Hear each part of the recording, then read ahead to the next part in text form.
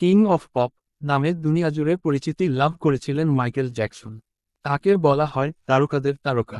খুব বেশি দিনের জীবন না হলেও তিনি রেখে গেছেন অবিশ্বাস্য সাফল্যের গল্পকথা, যা পৌরাণিক রূপকথাকেও হার মানায়।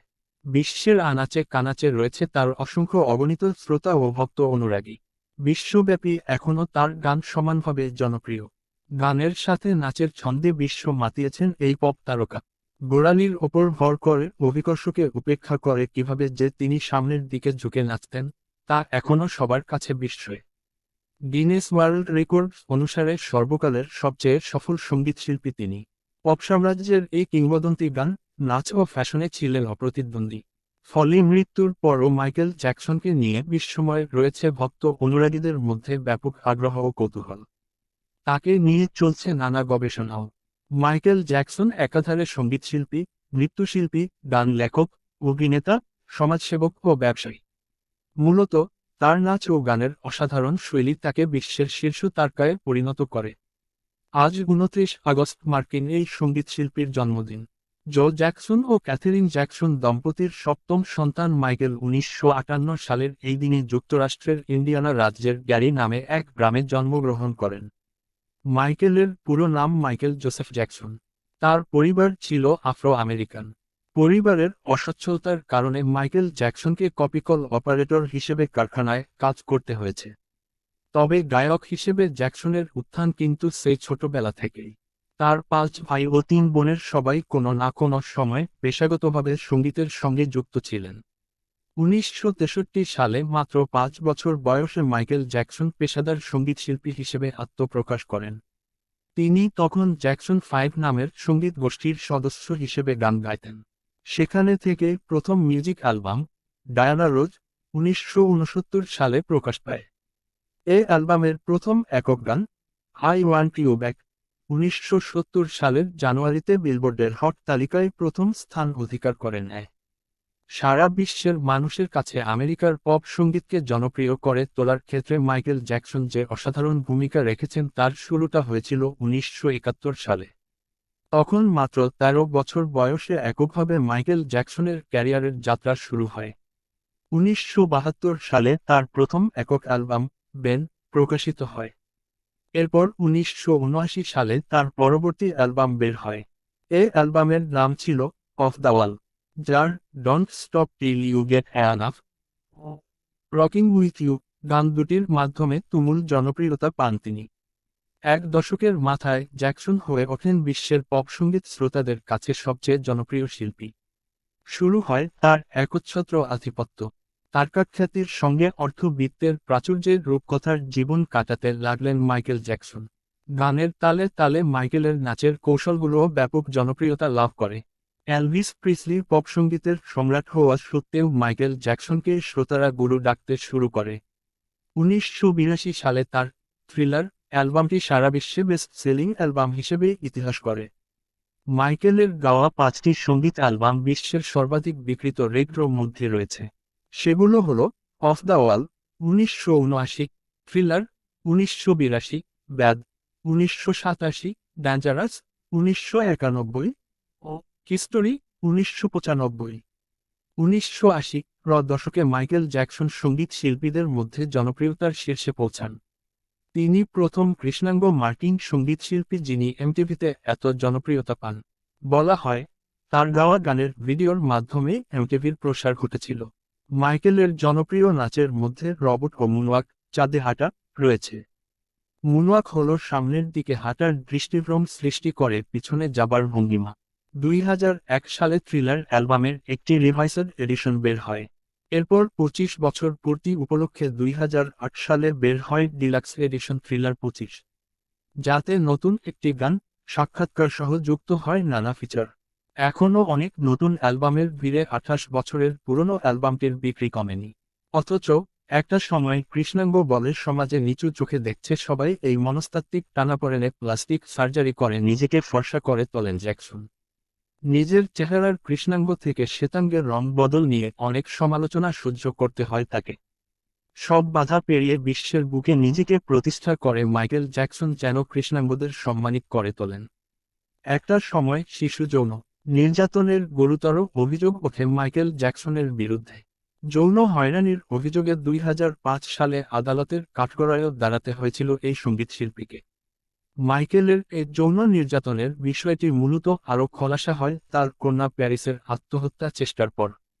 এফবিআই যে তালিকা দিয়েছে সেখানেও অভিযোগের সত্যতার দেখা মেলে। যুক্তরাষ্ট্রের গোয়েন্দা সংস্থা এফবিআই জ্যাকসন সম্পর্কে স্পর্শকাতর গোপন ফাইল প্রকাশ করে। প্রতিবেদনে বলা হয়, শিশুদের প্রতি যৌনাসক্ত ছিলেন মাইকেল জ্যাকসন। জীবদ্দশায় অন্তত 24 জন বালককে যৌন হয়রানি করেছেন তিনি। আর এতে তিনি ব্যয় করেছেন $3,50,00,000। প্রায় 15 বছর ধরে তিনি এ কর্মে লিপ্ত ছিলেন।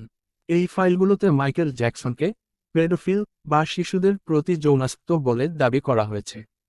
দাম্পত্য জীবনে ভালোবেসে ঘর বেঁধেছিলেন বিশ্বের সব রকস্টারের স্বপ্ন নায়ক এলভিস প্রিসলির একমাত্র সন্তান লিসা মেরি প্রিসলিকে বিয়ে করে। কিন্তু অল্প দিনেই ভাঙন আসে এই সুখের সংসারে। 1996 সালে তাদের বিবাহ বিচ্ছেদ হয়। 1997 সালে আবারও বিয়ের পিঁড়িতে বসেন পপ সম্রাট। পেশায় নার্স এই ভদ্রমহিলার নাম ডোবরা জেনিরো। তারা 2 বছর সংসার করার পর 1999 সালে আলাদা হয়ে যান এবং তালাকের সময় 2 সন্তানের প্রতিপালনের দায়িত্ব ডোবরা মাইকেলকে প্রদান করেন। জ্যাকসনের 3 ছেলে মেয়ে। পুত্র প্রিন্স মাইকেল জন্ম নেয় 1997 সালে। মেয়ে ক্যাথরিনা 1998 সালে। প্রিন্স মাইকেল 2 নামে তার একটি পুত্র আছে যে 2002 সালে জন্মগ্রহণ করে। কিন্তু তার মায়ের ব্যাপারে কোন কিছু জানা যায়নি। জীবনের শেষ দিকে এসে নানা যন্ত্রণায় বিরক্ত হয়ে ইসলাম গ্রহণ করেছিলেন তিনি। জানা যায়, এ ব্যাপারে তার প্রযোজক বন্ধু ও গীতিকার ডেভিড ওয়ার্নশবি ও ফিলিপ বুবাল তাকে সহায়তা করেন। তারা তাকে বোঝাতে সক্ষম হন তারা ইসলাম গ্রহণ করে কিভাবে সুন্দর জীবন যাপন করছেন। মুসলিম হবার পর তিনি মিকাইল নাম গ্রহণ করেছিলেন বলে জানা যায়। মাইকেল জ্যাকসন দুবার রক অ্যান্ড রোল হল অব ফেমে নির্বাচিত হন।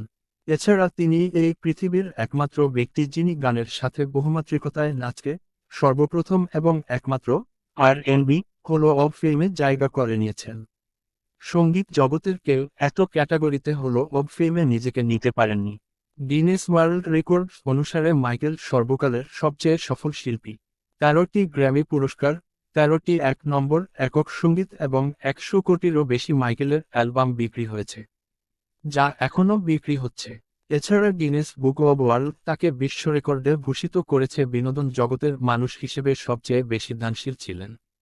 তার দানকৃত অর্থের পরিমাণ $500 মিলিয়ন বেশি। ব্যক্তিগত জীবনে তিনি নানা কেলেঙ্কারিতে, পরবর্তীতে যার অধিকাংশই ভুল প্রমাণিত হয়, জড়ালেও প্রায় 40 বছর ধরে সারা বিশ্বে বিখ্যাত হয়েছিলেন। তিনি পৃথিবীর সর্বকালের সর্বশ্রেষ্ঠ গায়ক এবং নৃত্যশিল্পীর সিংহাসনে বসে আছেন আজও। ফিচার: মাইকেল জ্যাকসনের রহস্যময় জীবন। নিউজ জি প্রতিবেদক আগস্ট 29, 2023, 11 ঘন্টা 33 মিনিট 31 সেকেন্ড। 12কে সারি Facebook, Twitter, WhatsApp, print, Gmail. News Zee 24-এর নিউজ পেতে অনুসরণ করুন গুগল নিউজ ফিডটি। কিং অফ পপ নামে দুনিয়াজুড়ে পরিচিতি লাভ করেছিলেন মাইকেল জ্যাকসন। তাকে বলা হয় তারকাদের তারকা। খুব বেশি দিনের জীবন না হলেও তিনি রেখে গেছেন অবিশ্বাস্য সাফল্যের গল্পকথা, যা পৌরাণিক রূপকথাকেও হার মানায়। বিশ্বের আনাচে কানাচে রয়েছে তার অসংখ্য অগণিত শ্রোতা ও ভক্ত অনুরাগী। বিশ্বব্যাপী এখনও তার গান সমানভাবে জনপ্রিয়। গানের সাথে নাচের ছন্দে বিশ্ব মাতিয়েছেন এই পপ তারকা। গোড়ালির ওপর ভর করে অভিকর্ষকে উপেক্ষা করে কিভাবে যে তিনি সামনের দিকে ঝুঁকে নাচতেন, তা এখনও সবার কাছে বিস্ময়। গিনেস ওয়ার্ল্ড রেকর্ডস অনুসারে সর্বকালের সবচেয়ে সফল সঙ্গীতশিল্পী তিনি। পপ সাম্রাজ্যের এই কিংবদন্তি গান, নাচ ও ফ্যাশনে ছিলেন অপ্রতিদ্বন্দ্বী। ফলে মৃত্যুর পরও মাইকেল জ্যাকসনকে নিয়ে বিস্ময় রয়েছে ভক্ত অনুরাগীদের মধ্যে ব্যাপক আগ্রহ ও কৌতূহল। তাকে নিয়ে চলছে নানা গবেষণাও। মাইকেল জ্যাকসন একাধারে সঙ্গীতশিল্পী, নৃত্যশিল্পী, গান লেখক, অভিনেতা, সমাজসেবক ও ব্যবসায়ী। মূলত তার নাচ ও গানের অসাধারণ শৈলী তাকে বিশ্বের শীর্ষ তারকায় পরিণত করে। আজ 29 আগস্ট মার্কিন এই সঙ্গীতশিল্পীর জন্মদিন। জো জ্যাকসন ও ক্যাথেরিন জ্যাকসন দম্পতির সপ্তম সন্তান মাইকেল 1958 সালের এই দিনে যুক্তরাষ্ট্রের ইন্ডিয়ানা রাজ্যের গ্যারি নামে এক গ্রামে জন্মগ্রহণ করেন।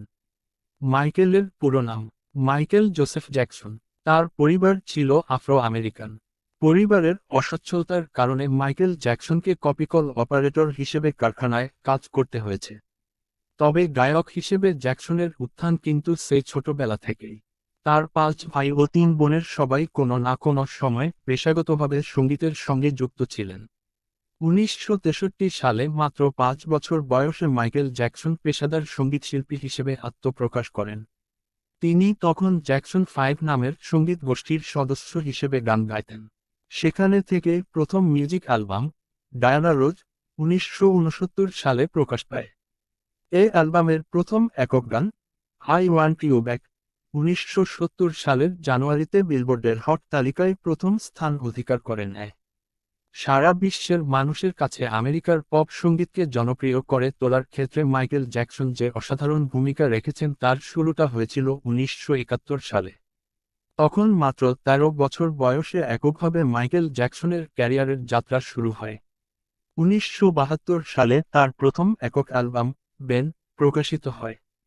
এরপর 1979 সালে তার পরবর্তী অ্যালবাম বের হয়।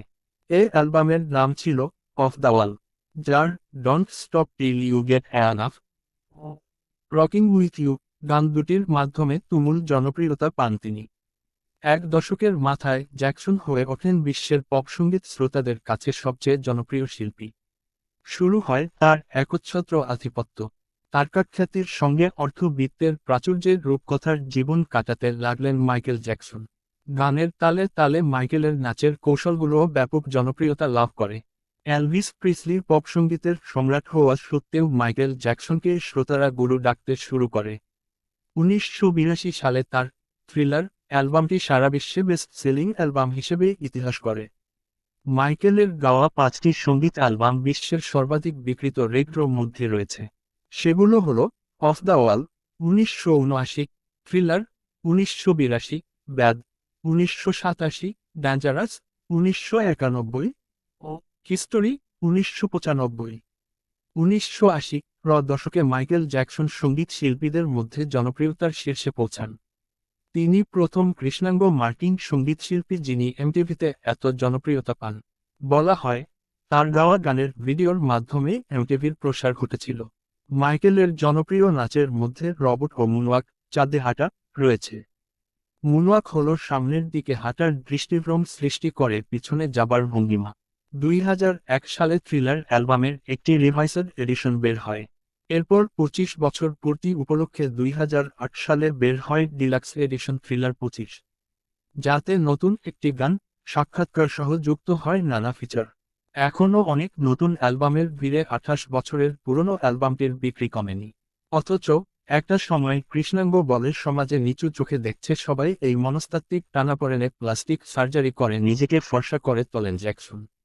নিজের চেহারার কৃষ্ণাঙ্গ থেকে শ্বেতাঙ্গের রং বদল নিয়ে অনেক সমালোচনা সহ্য করতে হয় তাকে।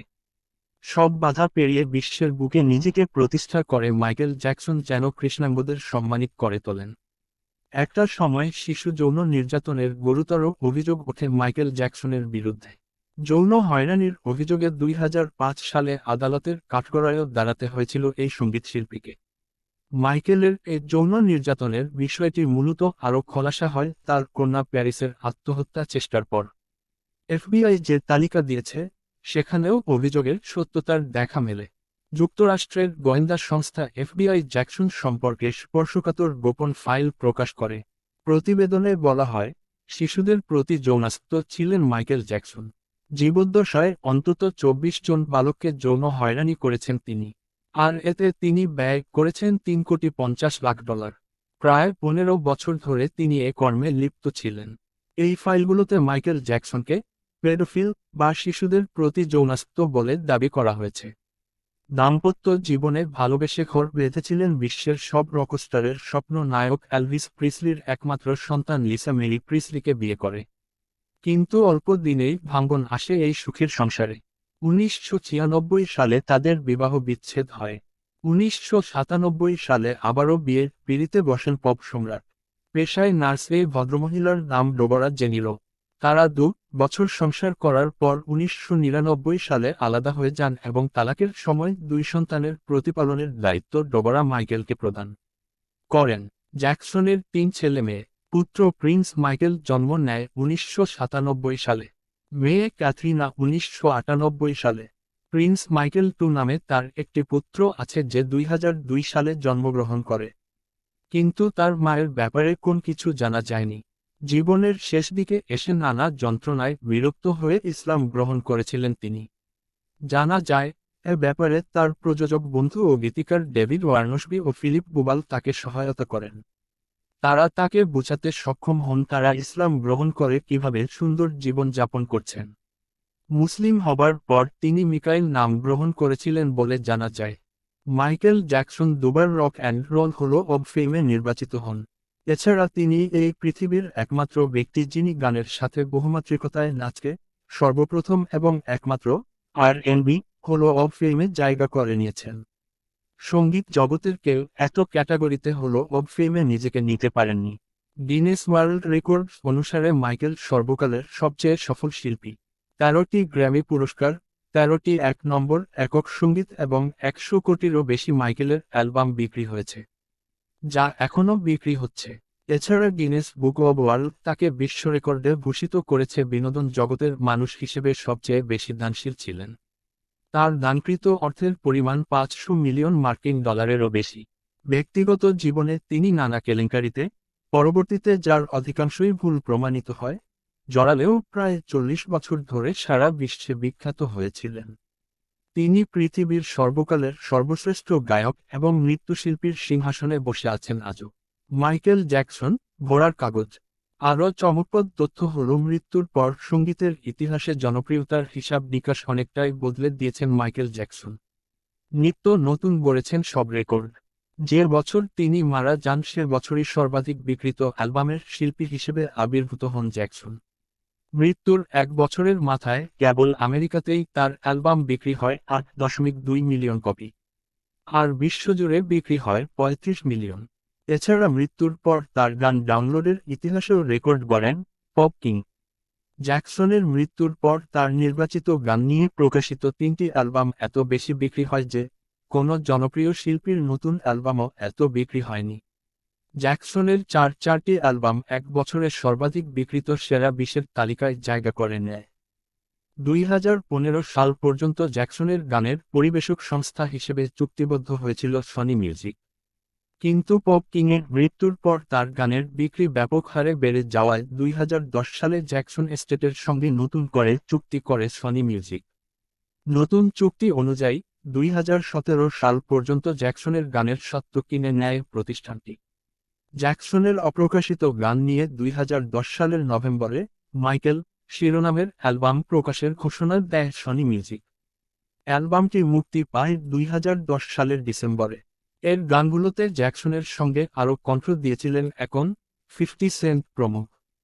এই অ্যালবামের জন্য জ্যাকসন এস্টেটের সঙ্গে $250 মিলিয়ন চুক্তি করে সনি মিউজিক।